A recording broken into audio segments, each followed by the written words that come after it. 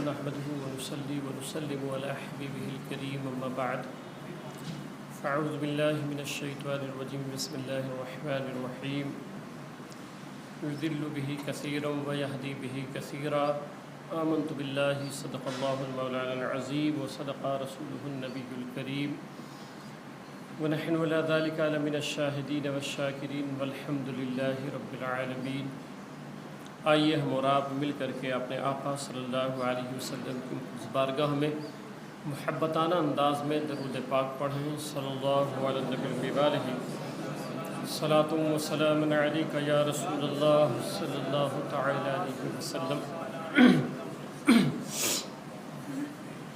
ہمیشہ اکثر میں سمجھاتا رہتا ہوں کہ جب بھی درود پاک پڑھیں تو درود پاک پڑھتے وقت یہ تصور کریں کہ حضور صلی اللہ علیہ وسلم سن رہے ہیں، یعنی آپ کا ذہن، آپ کی سوچ اور آپ کی فکر جو ہے اس وقت حضور صلی اللہ علیہ وسلم کی طرف رہے۔ میں ایک مثال دوں توجہ کے تعلق سے کہ آپ نے اپنے بیٹے کو آواز دیا، جب اپنے بیٹے کو آواز دیا تو آپ کا بیٹا آپ کی طرف دیکھے گا یا نہیں دیکھے گا؟ بھائی دیکھے گا، ظاہر سی بات ہے کہ اپنے بیٹے کو بلا رہے ہو تو وہ آپ کی طرف دیکھے گا۔ تو جب آپ درود پاک پڑھتے ہو اس میں سرکار کا نام آتا ہے نا، تو آپ سرکار علیہ السلام کو آواز دے رہے ہو، تو اب ان کی نظر رحمت آپ کی طرف ہوگی کہ نہیں ہوگی؟ ان کی توجہ ہوگی یا نہیں ہوگی؟ تو جب ان کی توجہ ہوگی تو پھر ہماری توجہ تو اور زیادہ ہونی چاہیے۔ کبھی بھی درود پاک پڑھا کریں تو توجہ کے ساتھ پڑھا کریں، ٹھیک ہے؟ پھر ایک مرتبہ اور پڑھ لیں۔ میں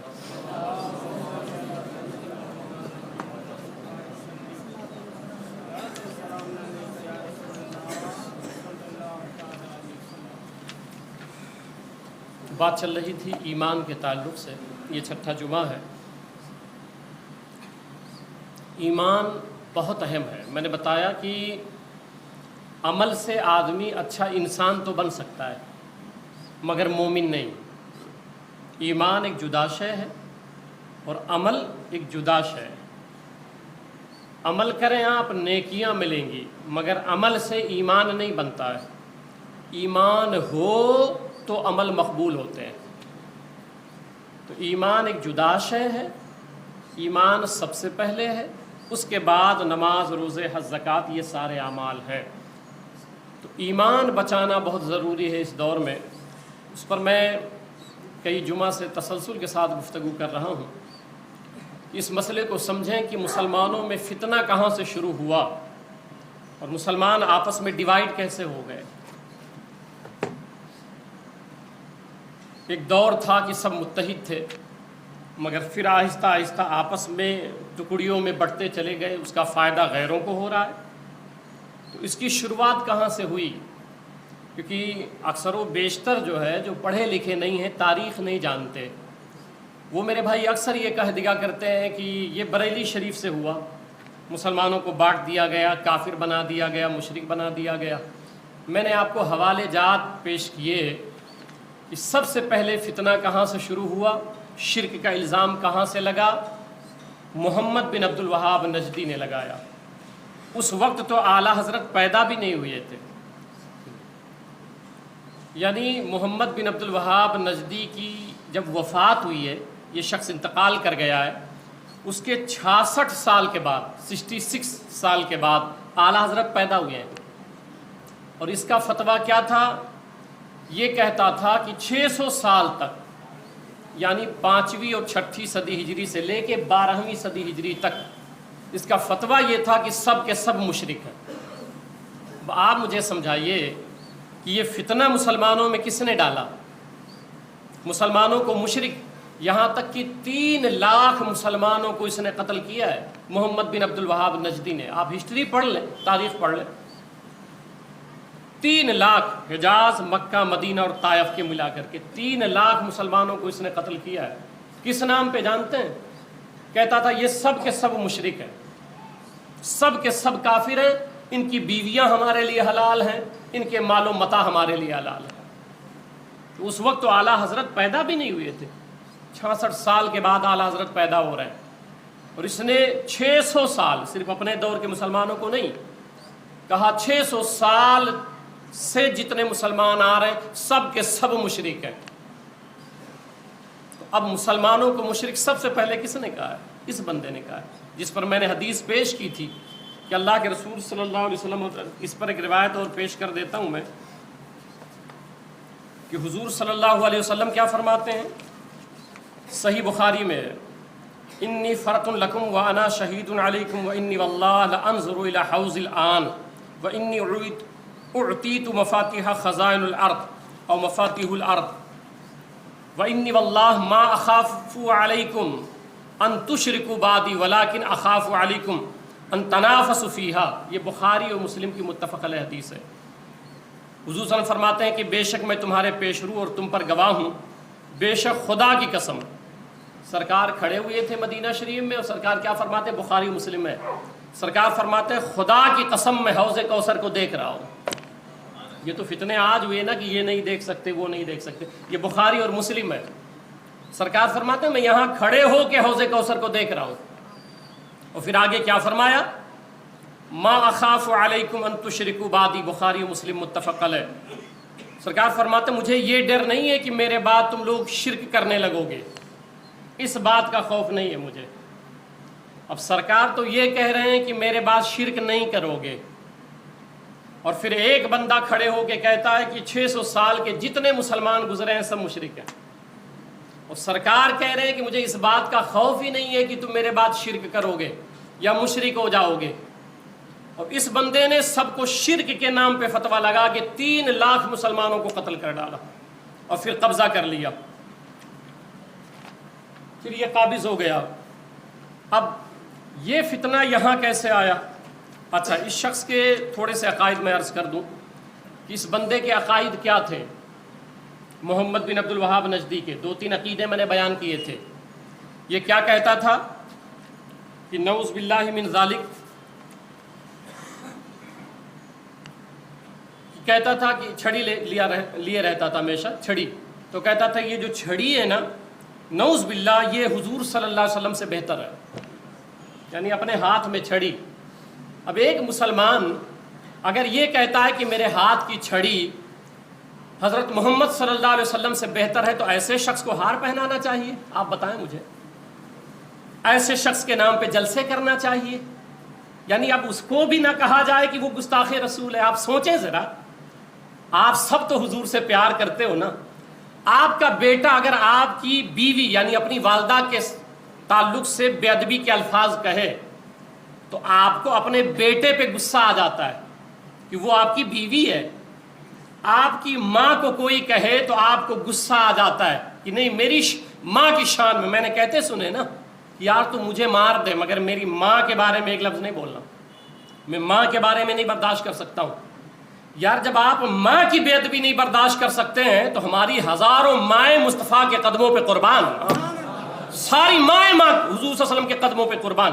پھر ان کو اگر کوئی بندہ کہے کہ یہ جو میرے ہاتھ میں لاٹھی ہے یہ نعوذ باللہ من ذالک، یہ حضرت محمد صلی اللہ علیہ وسلم سے بہتر ہے، یہ وہابی کا عقیدہ ہے. یہیں سے سلسلہ چلا ہے وہابیت کا. محمد بن عبد الوہاب نجدی، اسی سے وہابی سلسلہ چلا ہے، یہ ان کا عقیدہ.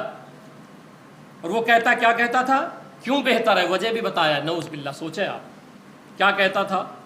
کیونکہ اس سے یعنی لاٹھی سے سانپ مارنے کا کام لیا جا سکتا ہے، اور محمد مر گئے، ان سے کوئی نفع باقی نہ رہا.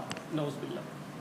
اب ایسا شخص جو بات کرے تو آپ کہیں یار آپ لوگ جھگڑا لگاتے ہیں اور مولانا لوگ ہیں آپس میں مسلمانوں کو لڑاتے ہیں. ایسی سوچ پہ تف ہے. ایسے خیال اگر آتے ہوں نا تو دل پہ ہاتھ رکھ کے سوچنا کہ کیا حضور سے محبت حقیقت میں آپ کو ہے؟ کیا آپ کے نبی کو ایک شخص ایسا کہے اور آپ کہیں کہ بھئی مولانا لوگ لڑاتے ہیں؟ یہ لڑاتے نہیں ہیں، ایمان بچاتے ہیں، ایمان بچاتے ہیں. تو یہ اس کے عقیدے تھے. چند عقیدے اور سن لیں.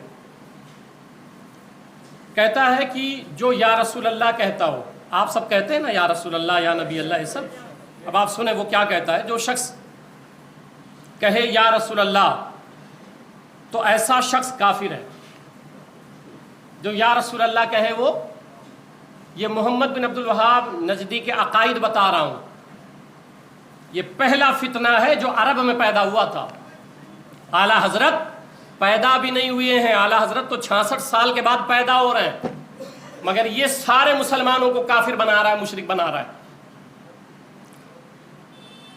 شفاعت اور تقرب اللہ کی نیت سے جملے سنیں آپ, اپنے عقیدے آپ سوچئے گا. آپ لوگ کہتے ہیں نا کہ بہت سارے کہتے ہیں یار وہاں جاتے ہیں مکہ مدینہ اور یہ نماز ان کے پیچھے نہیں پڑھتے ہیں. بھائی کیونکہ محمد بن عبد الوہاب نجدی ہی کے ماننے والے وہاں امام ہیں, اور محمد بن عبد الوہاب نجدی کا عقیدہ کیا تھا اور وہی عقیدہ ان لوگوں کا ہے. شفاعت اور تقرب اللہ کی نیت سے, یعنی اللہ کی قربت کی نیت سے. انبیاء اولیاء کو وسیلہ بنانے والوں کی جان و مال حلال ہے, ایسا شخص مشرک ہے.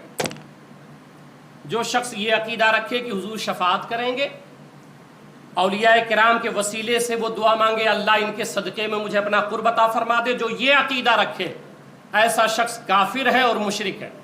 یہ کس کا عقیدہ ہے؟ محمد بن عبد الوہاب نجدی کا. بتائیں آپ کا عقیدہ ہے ایسا؟ حضور شفاعت نہیں کریں گے؟ تو آپ کا عقیدہ ہے کہ حضور شفاعت کریں گے, یقیناً کریں گے, یقیناً کریں گے. اس پہ آپ کہیں 2500 حدیث میں پڑھ ڈالوں, 2500 حدیث پڑھ ڈالوں میں, یقیناً سرکار شفاعت کریں گے. اولیاء کرام کے وسیلے سے ہم دعا مانگتے ہیں نا. اب ہمیں وہ کہہ رہے ہیں کہ یہ مشرک ہے, تو اب آپ جب مشرک ہو تو ان کے پیچھے نماز کیسے ہوگی آپ کی بتائیں مجھے. بھئی ان کے عقیدے کی روح سے ہم جب مشرک ہیں تو ہماری نماز ان کے پیچھے کیسے ہوگی؟ آپ دیکھیں, تعصب دیکھیں. اور پھر کہتا ہے یا رسول اللہ کہنے والا شخص کافر ہے, جو یا رسول اللہ کہے وہ کافر ہے. اب اس پر میں ایک دو حدیث پڑھی دیتا ہوں تاکہ تھوڑا سا آپ کو بھی پتہ چلے کہ ہمارے عقائد کیا ہیں. ہمارے عقائد کیا ہیں؟ یہ کہتا ہے جس نے یا رسول اللہ کہا وہ مشرک ہو گیا, وہ کافر ہو گیا.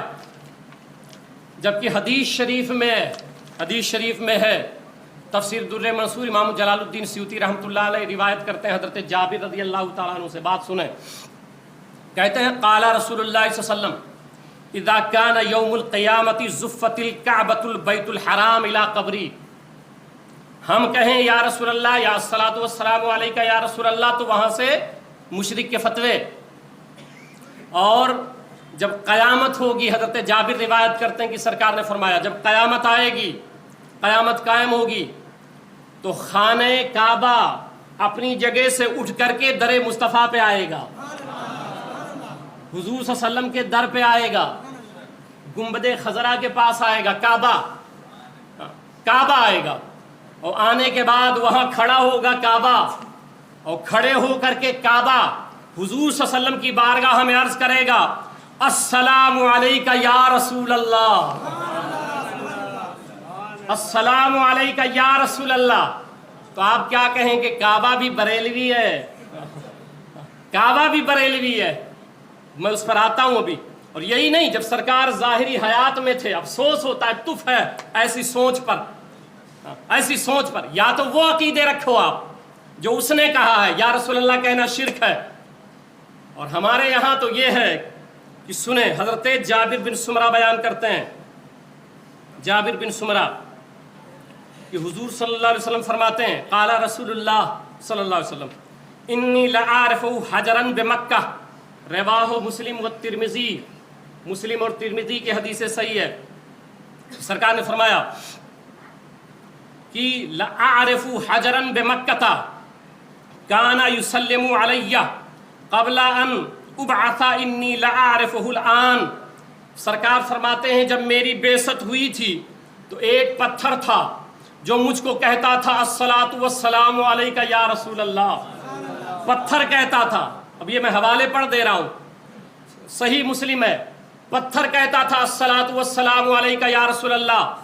تو پتھر کہتا تھا تو ہم کیوں پڑھیں؟ ایک سوال ہوا. اس لیے پڑھے, سرکار فرماتے ہیں لعارفہ حجرا, فرماتے ہیں اس سلام کی وجہ سے اس پتھر کو آج تک میں پہچانتا ہوں, ابھی بھی نہیں بھولا ہوں. تو پتہ یہ چلا کہ اگر سرکار سے پہچان بنانا ہے تو الصلاۃ والسلام علیکہ یا رسول اللہ, الصلاۃ والسلام علیکہ یا نبی اللہ. کیونکہ سرکار فرماتے ہیں جو مجھ پر سلام پڑھتا ہے تو ہو اگرچہ وہ پتھر میں اس کو بھی نہیں بھولتا ہوں، اس لیے ہم سلام پڑھتے رہتے ہیں۔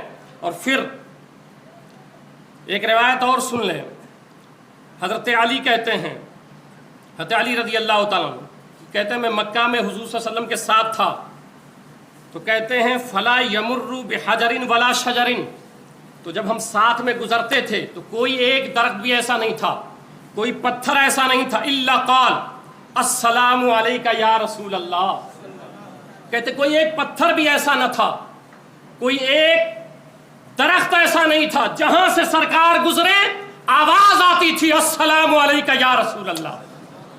یہ حدیث پاک میں پڑھ دیا، میں نے ضمناً عرض کر دیا، تو میں نے عرض کیا کہ حضور صلی اللہ علیہ وسلم کے دربار میں خانہ کعبہ جائے گا اور کہے گا السلام علیکہ یا رسول اللہ، السلام علیکہ یا رسول اللہ، یہ کہے گا۔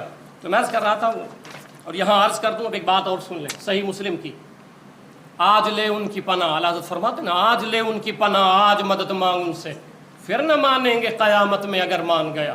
صحیح مسلم پڑھیں آپ، ہم یا رسول اللہ کہیں تو آپ کو پریشانی ہوتی ہے، سرکار سے مدد مانگے، صحیح مسلم پڑھیں کہ جب ایمان پوری دنیا سے سمٹ جائے گا، کفر پھیل جائے گا پوری روئے زمین پر، ہے نا، کفر پھیل جائے گا قرب قیامت میں، جب کفر عام ہو جائے گا تو ایمان، اب انسان چھوڑیے آپ، ابھی تک تو میں نے کعبہ کی بات بتائی آپ کو، اب ایمان سنیں، ایمان سمٹ جائے گا پوری دنیا سے، اور سمٹ کر کے کہاں جائے گا؟ بین المسجدین، صحیح مسلم ہے یہ، امام احمد بن حنبل المسند میں بھی لائے ہیں، بین المسجدین، مسجد حرام مسجد اقصی، مسجد حرام مسجد نبوی شریف، دونوں کے درمیان، مکہ مدینہ کے درمیان ٹھہر جائے گا کون؟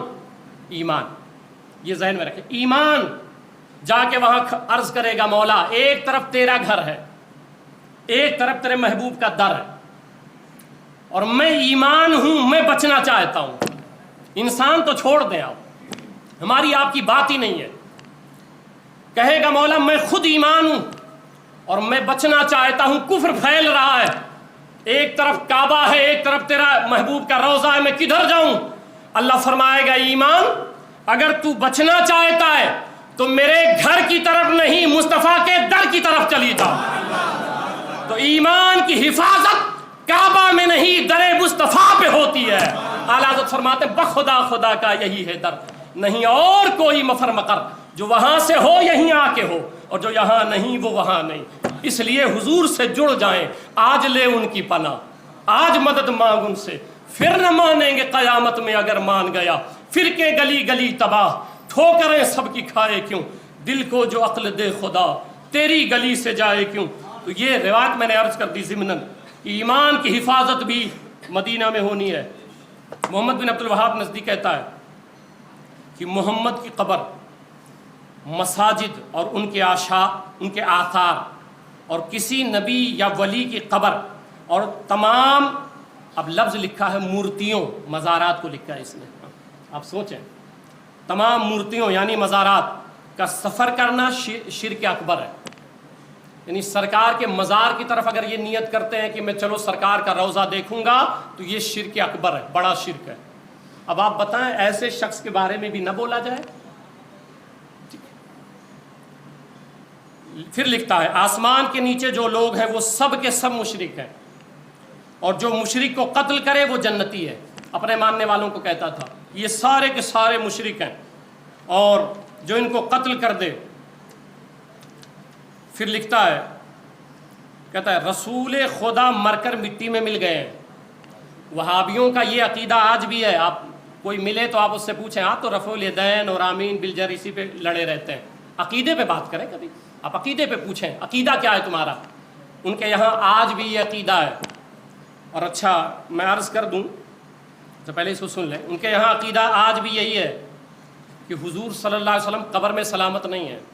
وہابیوں کا آج بھی یہی عقیدہ ہے کہ حضور صلی اللہ علیہ وسلم قبر میں سلامت نہیں ہے، اور اگر کوئی حضور کے وسیلے سے دعا مانگے تو آج بھی ان کے نزدیک وہ شخص مشرک ہے، آج بھی وہ ان کے نزدیک مشرک ہے۔ ٹھیک ہے، آپ دیکھیں خدا تعالیٰ جھوٹ بول سکتا ہے، نعوذ باللہ، یہ عقیدے ہیں۔ رسول اللہ کے چاہنے سے کچھ نہیں ہوتا،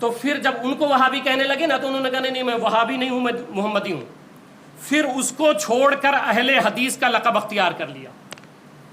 پہلے اس کا نام تھا وہابی، پھر اس کا نام ہوا محمدی، پھر اس کا نام ہوا اب اہل حدیث کہتے ہیں اس کو، اس فرقے کو جو آج تک چلا آ رہا ہے. یہ جماعت اہل حدیث کے عالم کا میں نے حوالہ دیا، انہوں نے خود یہ بات لکھی ہے کہ ہمارا جو اہل حدیث اب ہم کہتے ہیں، ہمارا پورا پہلا نام محمدی ہندوستان میں، اس سے پہلے جو ہے وہ وہابی فرقہ تھا، وہابیت کے ماننے والے ہم لوگ تھے. اب ان کا عقیدہ کیا تھا وہ سن لیں.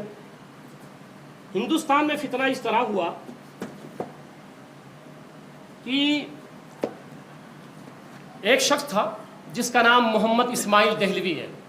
یہ شاہ ولی اللہ محدث دہلوی رحمۃ اللہ علیہ کا پوتا ہے. یہ محمد بن عبد الوہاب نجدی کی کتاب التوحید جس کا حوالہ میں نے دیا، جو شرکی عقائد اس کے ہیں، یہ متاثر ہو گیا اور اس کتاب کو پڑھا. اور اس کتاب کو پڑھنے کے بعد اچھا یہ اسماعیل دہلوی، یہ بات ذہن میں رکھ لیں کہ اسماعیل دہلوی اس کا انتقال ہوا ہے 1246 میں. یہ تاریخی حقائق سمجھیں آپ، 1246 میں اسماعیل دہلوی، اور اعلیٰ حضرت اس کے 26 سال کے بعد پیدا ہوئے ہیں. اسماعیل دہلوی کے اعلیٰ حضرت اور اس کی وفات کے درمیان 26 سال کا فاصلہ ہے. تو اس نے ایک کتاب لکھی تقویۃ الایمان، اور جب یہ کتاب اس نے لکھی تو اس میں عقیدے کیا تھے؟ وہی عقیدے تھے. ٹھیک ہے، تو اس نے شاہ ولی اللہ محدث دہلوی رحمۃ اللہ تعالیٰ علیہ جو اس کے دادا ہیں، شاہ عبد العزیز محدث دہلوی رحمۃ اللہ علیہ جو چاچا ہیں، ان کی مخالفت کر دی اس نے. اور یہ ہندوستان میں پہلا بندہ ہے، یہ ذہن میں رکھیں. ابھی کوئی دیوبندی اور وہابی اور بریلوی نہیں ہے، یہ لفظ بولا ہی نہیں جاتا تھا. صرف سنی شیعہ، بس دو ہی فرقے تھے پورے ہندوستان میں. اس بندے نے پہلی کتاب لکھی ہندوستان میں، محمد بن عبد الوہاب کے نظریات سے متاثر ہو کر کے. تقویۃ الایمان کتاب کا نام ہے. اور اس وقت بھی اعلیٰ حضرت پیدا نہیں ہوئے تھے. ہم لوگ تو الزام لگاتے ہیں اعلیٰ حضرت نے فتویٰ لگا دیا اور کافر بنا دیا. آپ سنیں، میں نے حوالہ دے دیا کہ پورے ہندوستان میں سب اسی عقیدے کے تھے جو آج بریلویوں کا عقیدہ ہے. اور ایک بات اور عرض کر دوں کہ یہ اعلیٰ حضرت جو ہے نا وہ کسی فرقے کے بانی نہیں ہیں. اگر کسی کے ذہن میں یہ چل رہا ہو نا تو وہ نکال دے. اعلیٰ حضرت کسی فرقے کے یعنی بریلوی فرقے کے بانی نہیں ہیں. اعلیٰ حضرت اہل سنت والجماعت کے یہ ایک عظیم عالم دین ہے، 14ویں صدی کے مجدد ہیں، وہ محدث ہیں، فقیہ ہیں، بریلوی فرقے کے بانی نہیں ہیں وہ. میں نے کہا کہ اگر ایسا ہے تو کعبہ بھی بریلوی ہے، وہ بھی کہہ رہا ہے السلام علیکہ یا رسول اللہ. تو اعلیٰ حضرت نے 1400 سال سے جو چل رہا تھا اہل سنت کا عقیدہ، اسی عقیدے میں جب لوگوں نے رکھنا ڈالنا شروع کر دیا، عقیدے کو بدلنا چاہا، تو اعلیٰ حضرت اہل سنت کے عقیدے کو بچانے کے لیے کھڑے ہو گئے ہیں. ورنہ اعلیٰ حضرت کسی بھی فرقے کے بانی نہیں ہیں، وہ اہل سنت والجماعت کہ ایک عظیم عالم دین اور 14ویں صدی کے مجدد ہیں. اب تقویۃ الایمان اس نے لکھی تو کیا لکھا؟ کسی بھی نبی اور ولی کو غیب کی بات کا علم نہیں. رسول اللہ کے بارے میں یہ عقیدہ نہ رکھو کہ وہ غیب کی بات جانتے ہیں. یہ تقویۃ الایمان کا بتا رہا ہوں. ہندوستان میں جو فتنہ ہوا، انبیاء اور اولیاء کو دنیا، خواہ قبر کا اور آخرت کا، اپنا دوسروں کا کیا حال، ان کو کچھ بھی نہیں پتا ہے. ان کو اپنے بارے میں بھی پتا نہیں ہے قبر میں ہمارے ساتھ کیا ہوگا. یہ محمد اسماعیل دہلوی کی کتاب ہے.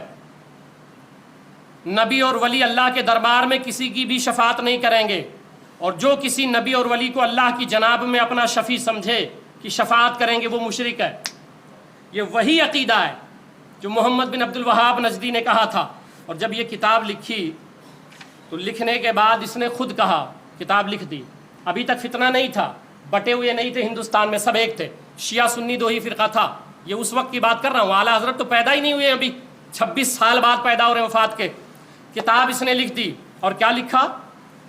کہتا ہے کہ میں جانتا ہوں کہ اس میں بعض جگہ ذرا تیز الفاظ بھی آ گئے ہیں. خود کتاب لکھا، اور کتاب لکھنے کے بعد کہا بعض جگہ تیز الفاظ آ گئے ہیں، بعض جگہ تشدد بھی ہو گیا ہے. خود کتاب لکھا ہے، خود ہی بیان دے رہا ہے. مثلا ان امور کو جو شرک خفی تھے، شرک جلی لکھ دیا گیا ہے. شرک جلی اور خفی سمجھ لیں، ریاکاری یعنی دکھاوا کرنا، یہ شرک خفی ہے، چھوٹی شرک. تو اس میں آدمی گنہگار ہوتا ہے مگر کافر نہیں ہوتا ہے. شرک جلی جس میں بندہ مشرک ہو گیا. کیا کہتا ہے؟ جو چھوٹی شرک تھی نا جس سے بندہ صرف گنہگار ہوتا تھا اس کو میں نے بڑی شرک لکھ دیا جس سے بندہ کافر ہو جاتا ہے. یہ خود کا اپنا قبول نامہ ہے کہ میں نے خود اس طرح کتاب میں اپنے لکھ دیا ہے. اور پھر کہتا ہے کہ اس وجہ سے مجھے اندیشہ ہے کہ اس کی اشاعت سے شورش ضرور ہوگی, فتنہ ضرور ہوگا. یہ پہلا فتنہ میں سمجھا رہا ہوں آپ کو ہندوستان میں کہ اس کی اشاعت سے شورش ہوگی, فتنہ ہوگا. تو کہتا ہے گو اس سے شورش ہوگی مگر توقع ہے لڑ بھیڑ کر خود ہی ٹھیک ہو جائیں گے. مسلمانوں کے بارے میں کہا لڑ بھیڑ کر خود ہی ٹھیک ہو جائیں گے. اب یہ جب سے لڑائی شروع ہوئی ہے آج تک ہم لوگ ٹھیک نہیں ہوئے ہیں, آج تک اتحاد نہیں ہوا ہے. تو کس نے لڑوایا ہے بتائیں ہندوستان میں مسلمانوں کو؟ وہابی فرقے نے لڑوایا, اہل حدیث فرقے نے لڑوایا, اسماعیل دہلوی نے لڑوایا. اس وقت تو اعلیٰ حضرت پیدا بھی نہیں ہوئے, 26 سال بعد پیدا ہو رہے ہیں. اور الزام کس پر لگایا جاتا ہے کہ نہیں اعلیٰ حضرت نے فتویٰ لگا دیا اور سب کو کافر بنا دیا اور یہ کر دیا وہ کر دیا. ٹھیک ہے, اچھا یہ کتاب جب لکھی گئی تو اس کتاب میں سوچیں اس کتاب کی حمایت کس نے کی؟ اس کتاب کی حمایت مولانا رشید احمد گنگوہی نے کیا. رشید احمد گنگوہی جماعت دیوبند کے عالم. یہ جو تقویۃ الایمان لکھی گئی نا اس وقت بریلوی دیوبندی کا مسئلہ نہیں تھا, یہ ذہن میں رہے آپ کے.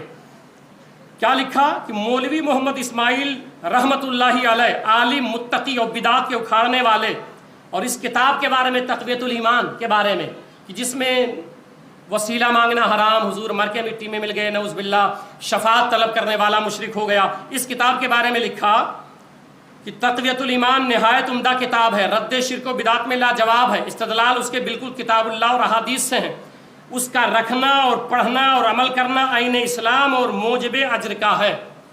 اب اس کتاب کی ہندوستان میں پہلی حمایت رشید احمد گنگوہی نے کی. ایک بندہ پورے مسلمانوں کو مشرک کہہ رہا ہے مگر ایک بندہ یہ کھڑا ہو گیا اور کہا کہ نہیں وہ ساری کتاب ٹھیک ہے, ساری کتاب ٹھیک ہے. اور جب اپنے بابے کی باری آئی تقویۃ الایمان میں لکھا تھا کہ مدد مانگنا شرک ہے, حضور مر کے مٹی میں مل گئے ہیں, نعوذ باللہ شفاعت طلب کرنے والا مشرک ہو گیا. کہا نہیں یہ ساری کتاب بہت اچھی کتاب ہے, وہ یہ رشید احمد گنگوہی نے لکھا. اور جب اپنے مولانا کی باری آئی تو دارالعلوم دیوبند میں 2 مولانا میں جھگڑا ہو گیا. تو کہتے ہیں کہ یہ کتاب ہے ارواح سلالم مولانا اشرف علی تھانوی کی, ایک حوالہ اگر کوئی غلط ثابت کر دے میں ممبر پہ چڑھنا چھوڑ دوں گا. بالکل ذہن میں رکھ لیجئے, میں ہوائی میں باتیں نہیں کرتا ہوں. تو لکھتے ہیں 2 مولانا میں جھگڑا ہو گیا تو مولانا قاسم نانوتوی انتقال کر گئے تھے, 6 سال ہو گیا. تو کہتے ہیں مولانا رفیع الدین صاحب رحمۃ اللہ علیہ نے فرمایا پہلے یہ میرا روئی کا لبادہ دیکھ لو. وہ بیٹھے ہوئے تھے اور بلایا تو دیکھا تو وہ تر تھا, خوب بھیگ رہا تھا. تو کہتے ہیں کہ مولانا نانوتوی قاسم نانوتوی جسد انصری کے ساتھ میرے پاس تشریف لائے. یہ جھگڑا ہو گیا تھا دارالعلوم دیوبند میں صلح کرانے کے لیے. کون کہہ رہا ہے؟ مولانا رفیع الدین جو دارالعلوم دیوبند کے استاذ ہیں. وہ کہتے ہیں ابھی مولانا قاسم نانوتوی صاحب قبر سے اٹھ کر کے جسد انصری کے ساتھ, جسم کے ساتھ میرے پاس تشریف لائے تھے جس سے میں پسینہ پسینہ ہو گیا, یہ میرا لبادہ بالکل تر ہو گیا. اب سوچیں آپ کہ مولانا قاسم صاحب قبر میں ہیں, ان کو کیسے پتا چلا کہ دارالعلوم دیوبند میں جھگڑا ہو گیا؟ 6 سال ہو گیا مرے ہوئے ان کو. نبی کے بارے میں یہ خود لکھتے ہیں کہ حضور کو علم غیب نہیں ہے. اور پھر اپنے بابا کی جب باتیں آئیں تو مولانا قاسم نانوی تو مرے ہوئے 6 سال ہو گئے, ان کو قبر میں کیسے پتا چلا کہ دارالعلوم دیوبند میں جھگڑا ہو گیا؟ آج ہم کہہ دیں کہ حضور تشریف لائے تھے تو یہ عقیدہ کہتے ہیں مشرک والا عقیدہ ہے کہ حضور مر کے نعوذ باللہ مٹی میں مل گئے ہیں. اور جب اپنے مولانا کی باری آئی تو 6 سال پہلے مرا ہوا عالم جسم کے ساتھ مدرسے میں صلح کرانے آ رہا ہے. ارے جب تمہارا قاسم نانوتوی آ سکتا ہے تو میرا غوث اعظم کیوں نہیں آ سکتا ہے؟ میرا غریب نواز کیوں نہیں آ سکتا ہے؟ ان کے بابے کی بات ایک حوالہ غلط ثابت کر دے میں ممبر پہ چڑھنا چھوڑ دوں گا. پھر مسئلہ کیا ہوا؟ 2 منٹ میں سماعت کر لیں. مسئلہ کیا ہوا؟ اعلیٰ حضرت پھر 26 سال کے بعد پیدا ہوئے. اور جب یہ بندہ اسماعیل دہلوی جب اس نے یہ بات لکھ دی تو پورے ہندوستان میں شورش ہو گئی, پورے ہندوستان میں شورش ہو گئی. اور ابوالکلام آزاد وغیرہ نے بھی یہ باتیں سب لکھی ہیں. انہوں نے لکھا ہے کہ اس سے پہلے ہندوستان میں مسلمانوں میں جھگڑے نہیں تھے، مگر اس کتاب کے آنے کے بعد جھگڑے شروع ہو گئے۔ ان کے ہم سبق ساتھی تھے مولانا منور الدین صاحب دہلوی، یہ ساتھ میں عبدالعزیز محدث دہلوی رحمۃ اللہ علیہ کے پڑھتے تھے، اسماعیل دہلوی، اور یہ ساتھی نے بھی ان کے رد میں کتابیں لکھی۔ اسماعیل دہلوی اس وقت اعلیٰ حضرت پیدا نہیں ہوئے ہیں، 26 سال بعد پیدا ہوئے وفات کے، اور پھر ان کے رد میں سب سے زیادہ ابوالکلام آزاد لکھتے ہیں کہ سب سے زیادہ سرگرمی اور سربراہی مولانا منور الدین نے دکھائی۔ یہ کون تھے؟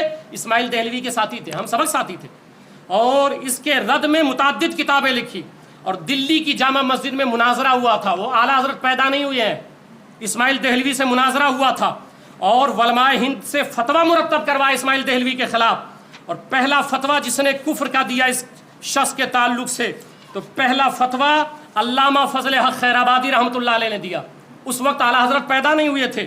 اور پھر کس نے مولانا خیر الدین صاحب، مولانا ابوالکلام آزاد کے والد ہیں، یہ کٹر سنی تھے، یہ کٹر سنی تھے، اعلیٰ حضرت 26 سال بعد پیدا ہوئے، یہ ذہن میں رہے۔ مولانا ابوالکلام آزاد اپنے والد کے بارے میں لکھتے ہیں کہ وہ وہابیوں کے کفر پر وثوق کے ساتھ یقین رکھتے تھے کہ یہ کافر ہیں۔ علامہ خیر الدین رحمۃ اللہ تعالیٰ علیہ، جو مولانا ابوالکلام آزاد کے والد تھے، کہ وہ وہابیوں کو کافر کہتے تھے، انہوں نے 12 فتویٰ دیا کہ وہابیہ یا وہابی کے ساتھ نکاح جائز نہیں ہے۔ یہ اعلیٰ حضرت کا فتویٰ نہیں سنا رہا ہوں میں، اعلیٰ حضرت ابھی پیدا ہی نہیں ہوئے ہیں۔ اور پھر اس بندے کے رد میں کتابیں لکھی گئیں، کس نے لکھی؟ سنیں، علامہ فضل رسول صاحب بدایونی رحمۃ اللہ تعالیٰ علیہ، انہوں نے لکھی ہے، کتاب کا نام ہے صوت الرحمان اور سیف الجبار، تقویۃ الایمان کے رد میں کتاب لکھی ہے۔ مجاہد آزادی حضرت علامہ مفتی صدر الدین صاحب آزردہ رحمۃ اللہ تعالیٰ علیہ، انہوں نے اس کے رد میں کتاب لکھی ہے۔ مولانا رشید الدین دہلوی، مولانا مقصود اللہ دہلوی، مولانا رحمۃ اللہ کیرانوی، مولانا شجاع الدین خان، مولانا شاہ موسیٰ، مولانا عبدالغفور صاحب، مولانا میاں نصیر احمد سواتی، مولانا حافظ دراز پیشواری، مولانا محمد، کتنے نام میں گنا دوں؟ اعلیٰ حضرت پیدا نہیں ہوئے تھے، اور یہ بندہ خود کتاب لکھ کے کہتا ہے کہ مسلمان لڑ پڑیں گے آپس میں۔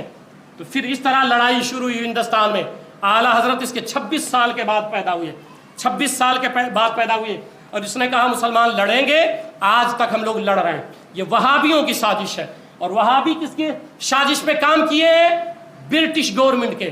وقت ہوتا تو میں آپ کو بتاتا، وہ لیٹر دکھاتا کہ انہوں نے باضابطہ برٹش گورنمنٹ سے اپنے نام الاٹ کروائے ہوئے تھے کہ مجھے وہابی نہ کہا جائے بلکہ اہل حدیث کہا جائے۔ انہوں نے درخواست دیا تھا باضابطہ، وہ میرے پاس پورے لیٹر موجود ہے کہ نہیں وہابی ہمیں نہ کہا جائے، اہل حدیث کہا جائے۔ تو اہل حدیث آپ اس بنیاد پہ ہو جاتے ہیں کہ رفع الیدین کرنا ہے، آمین بالجہر کرنا، نہیں بھائی، رفع الیدین تو شافعی بھی کرتے ہیں مگر وہ سنی ہے، حنفی بھی سنی ہے، مالکی بھی سنی ہے، حنفی بھی سنی ہے۔ رفع الیدین کا مسئلہ نہیں، مسئلہ عقیدے کا ہے، مسئلہ ایمان کا ہے۔ جو حضور کے بارے میں یہ کہے جو شفاعت طلب کرے وہ مشرک ہو جائے گا، وہ وہابی ہے۔ جو یہ کہے کہ حضور صلی اللہ علیہ وسلم سے وسیلہ جائز نہیں ہے، وہ وہابی اور اہل حدیث ہے۔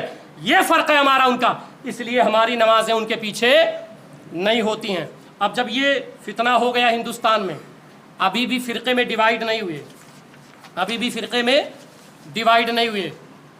پھر دیوبند ایک جگہ ہے، دارالعلوم دیوبند مدرسہ بھی ہے، ایک جگہ بھی ہے، تو وہاں پہ وہاں کے علماء نے اپنی کتابوں میں حضور صلی اللہ علیہ وسلم کی شان میں گستاخیاں لکھی، ٹھیک ہے، حضور صلی اللہ علیہ وسلم کی شان میں گستاخیاں لکھی، اور وہ گستاخی ایسی تھی کہ انہوں نے یہ لکھا کہ نعوذ باللہ، اگر بالفرض مولانا قاسم نانوتوی نے، شروع کہاں سے ہوا بس 2 منٹ میں سماعت کر لیں، اگر بالفرض بعد زمانے نبی صلی اللہ علیہ وسلم کوئی نبی پیدا ہو تو پھر بھی خاتمیت محمدی میں کچھ فرق نہیں آئے گا۔ کیا کہا؟ اگر نبی کے بعد بھی کوئی نبی آ جائے، پورے مسلمانوں کا 1400 سال سے کیا عقیدہ ہے کہ نبی کے بعد کوئی نبی نہیں، یہ عقیدہ ہے ہمارا۔ اور اس نے کیا کہا؟ اگر کوئی آ جائے تو نبی کے آخری نبی ہونے میں فرق نہیں آئے گا۔ بھائی کیسے فرق نہیں آئے گا؟ نبی آخری نبی ہے تو کوئی آ نہیں سکتا، اور اگر کوئی آ جائے تو نبی آخری ہو نہیں سکتے۔ تو یہ نبی کی شان میں گستاخی تھی۔